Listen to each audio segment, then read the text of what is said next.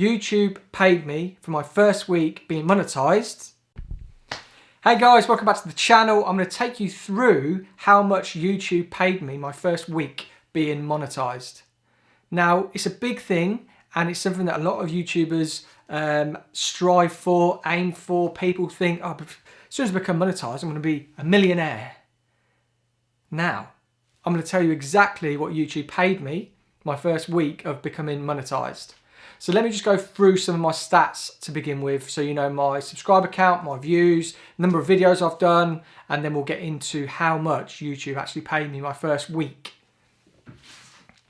So I'm just going to grab my phone and I'm going to go through my figures. So we're jumping on to YouTube Studio, and currently on the dashboard I have got 7,290 subscribers. So yeah, not loads, but a good starting amount, I would say.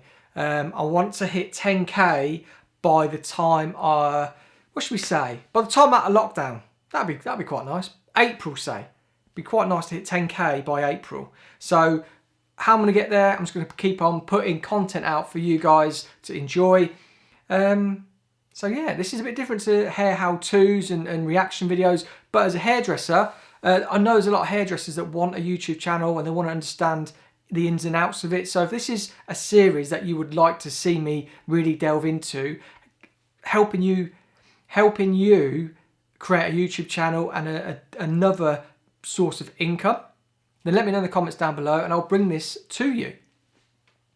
So in the last 28 days, I have had 96,000 minutes watched. Not massive.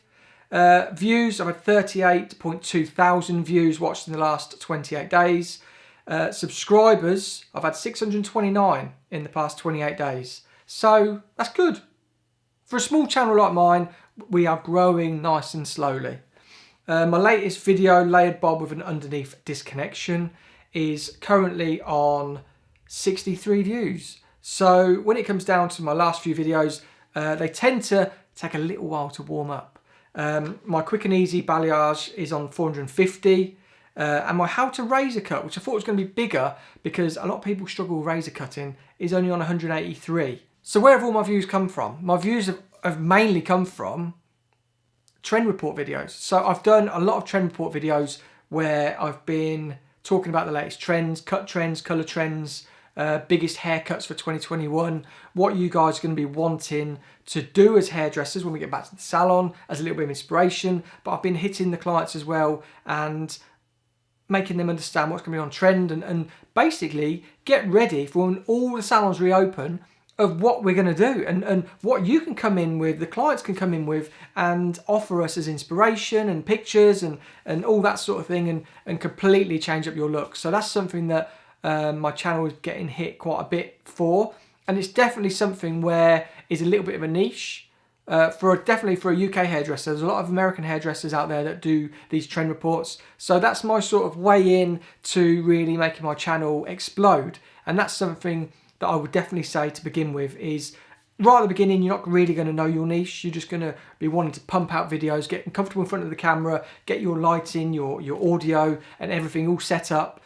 And then just get practicing with filming and being comfortable on camera. Because at the very beginning, if you go right back to my first video, yeah, it's not what they are now. But I enjoyed it. And the more you do it, the more the pressure builds, the more you're thinking, oh my God, I'm really getting into this. What are people thinking? Don't think about what people are thinking. Do not care what people are thinking. Because if you think what people are thinking, it's only going to stifle your growth. It will stop you from doing it. There's trolls everywhere and you will just build up this sort of anxiety in yourself and thinking, oh no, I can't do this because I have nothing really to offer. You've got everything to offer. Being you is your superpower. Nobody is you. So if you can pass on some knowledge in your way, 100% do it. Number two, when you're starting up with YouTube, don't go all out spending loads of money on loads of equipment. Build it up nice and slowly. So I started with my mobile phone on my first few videos and I was editing it on iMovie and it works perfectly fine. To be honest, it's a little bit easier doing it on your phone than having to get memory cards and make sure your batteries are charged and make sure your mic's switched on, make sure your lighting's all set up. Get your phone, start filming, and you'll have an absolute ball. So yeah, to begin with, just grab whatever you have and you've got the best camera on you, which is your phone. Another big tip and another big thing that can really creep in is imposter syndrome. And I'm going to do another video on imposter syndrome because a lot of people I know suffer with it, and I've suffered with it, and I still do. A quick breakdown of what imposter syndrome is. Imposter syndrome is basically you thinking that people are going to find out that you can't do it and you're fake or you're a phony. Hey, you great big phony! Family Guy. My God, that's amazing! You are so talented! Huh? Wait a second. Something's not right here. You were just making it look like you were playing. You're a phony! Hey, this guy's a great big phony! And it puts you off and you think, oh no, I've got nothing to offer. There's nothing I can really bring to YouTube. YouTube, no, I'm too late for YouTube. There's no point in doing it. But then next year you'll be thinking exactly the same, oh, I should have done it last year. Imposter syndrome is basically you talking yourself out of doing everything because you think you'll get found out that you can't do it. When you can. You can do it. It happens to all of us. It's just something that people class differently. Some people suffer with anxiety, some people suffer with depression, some people suffer with imposter syndrome. And it's something that I've done and still do. Like I got into hairdressing later, 21, not too late, but later than a lot of people. And I always felt I was on the back foot, always. And I was having to catch up. And when you talk to people and they say, oh, where did you start? Oh, I did night school. I didn't even do an apprenticeship. I did night school. And as soon as you, really? You didn't work in a salon? You didn't learn salon-based skills? Well, I learned it at college, but then I had to really heavily invest all my time into really perfecting what I wanted to do. And then again, the latest imposter syndrome is this, YouTube. Thinking, can I really offer any advice? Would really anybody listen to me? The answer is yes. There's always somebody who wants to listen to somebody else. And even if you think you're only doing one-length haircuts, there are millions of people out there that want to know how to do their one-length haircut much better. So if you think all you can offer right now are very basics, check out my how-tos. My how-tos are short graduations, long graduations, quick layering techniques, balayage basics, all that sort of thing. So 100%. If you're thinking about doing a YouTube channel, jump on it right now. Let's get down to the monetization. Monetization is a process where you build up 4,000 watch hours, 4,000 watch hours. When you start, it doesn't sound that much, but when you look at your times not going anywhere, it is so hard to hit your 4,000 watch hours without a video going viral.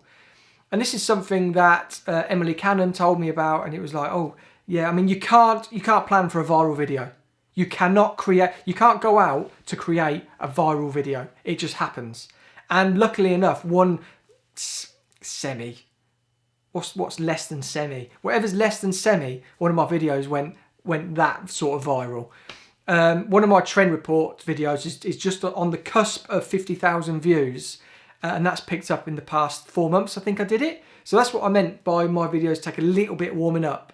The algorithm needs to get hold of them. People need to start watching them and liking them and commenting for my videos to sort of get any sort of traction.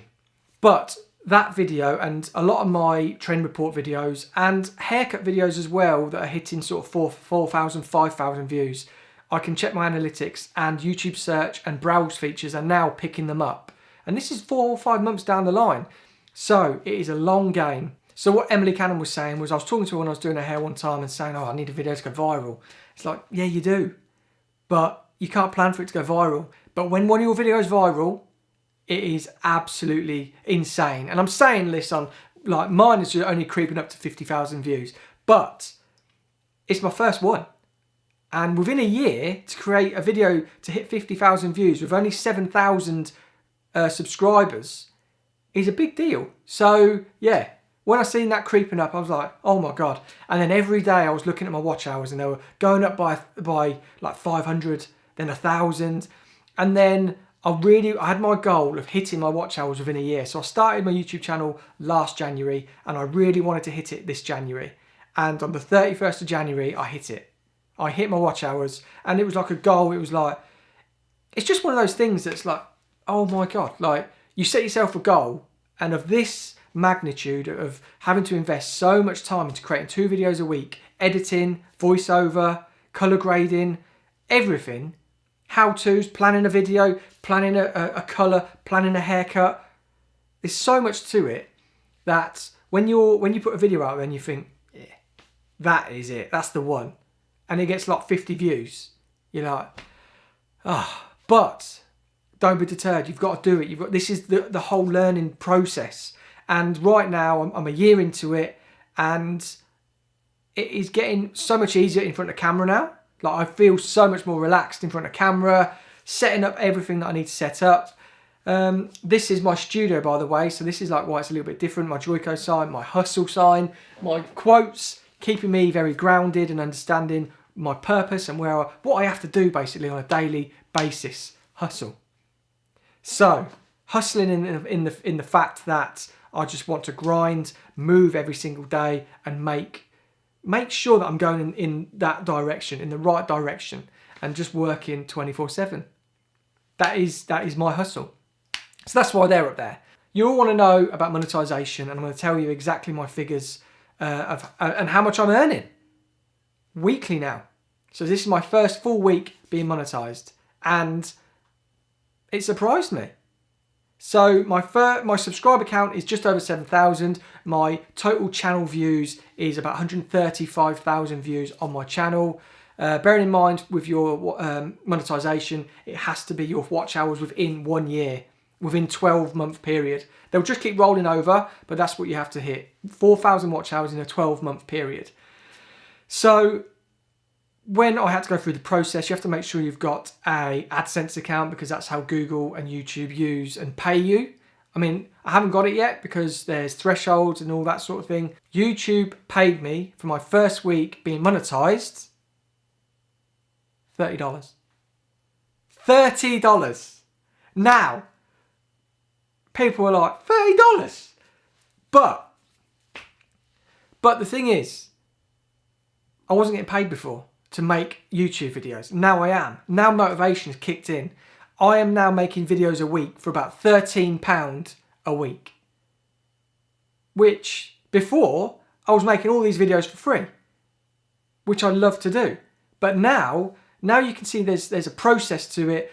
You upgrade your kit, you understand more of the algorithm, more of the keywords, and this is all something, if you want this to be a series of me explaining how to gain traction, the shortcuts in being able to become monetized quicker. Some of the things I've picked up, I understand so much more now. Thumbnails, keywords, keyword research, all this sort of thing that goes on in the background that you don't really understand. Software that can really make you understand how to do it quicker, that I've literally just had for about 3 months. Whereas if you know that now, then it's going to make your life so much easier trying to create a YouTube channel that will bring you a passive income. So yeah, for my first week as a monetized content creator, hairdresser, I was paid $30. Now, $30, $60, $90, $120 a month. I don't think that's bad. I think that is pretty good. If I keep going the way I'm going, and to be honest, the way that you look at it, $30 this week, you don't know if it could be $37 next week, because the traction of all your videos, and by next week I'll have 2 more videos up. Things start off very slowly. You're getting 1, 2, 10 views with your videos. Then they start to pick up to 30 views. Then when you start to hit your 100 view mark, is amazing. Then you hit your 100 subscribers. Then you start to really pick up a little bit of momentum. You start to get that little bit of addiction. Don't get obsessed with numbers, but seeing them go up is a little bit, you know what I mean, addictive. So I hope this brought you a little bit of light into what I did, and it's just something I want to bring you a little bit of introduction. If this is something you would love to do, and you want some advice on how to do it, how to set everything up, how to gain monetization, how to understand keywords, how to have a setup like this, there's loads to it. I've learned super quick this year on how to create a YouTube channel which becomes monetized. And it's something I never even contemplated at the beginning. I never contemplated earning money from YouTube. It's just one of those dreams where you look at these YouTubers and you think, Oh, mate. Being where you can just film anywhere, you can create content anywhere, fly out. I mean, not right now, but it's something that you can definitely do. And it's something that really attracted me to YouTube, but never did I think I would have a YouTube channel where I was making money. So, if you've enjoyed the video, hit the subscribe button, give the video a thumbs up. Please comment down below and let me know if you want to know about this series, because it's something I enjoy talking about. It's something I've enjoyed learning about, and it's not all hair, but it is still within the hairdressing industry. And if you're not a hairdresser, then you could learn stuff if you want to be a YouTuber. Basically, I'm not saying I'm a YouTuber. I'm just saying I put videos on YouTube, but there is a definite method to the madness in becoming monetized, and I'll tell you all about it. So thank you. Hope you enjoyed it, and I will see you on the next video. Again, let me know if you want this as a series, because I'll do it. But the next few videos will probably be how-to videos, trend report videos, hairdress and react videos. I might start reacting. There's so many people that are doing their own hair colour in lockdown, and there's some disasters happening. And I've saved them, so I'll be bringing you that. Thank you so much. We'll see you on the next video.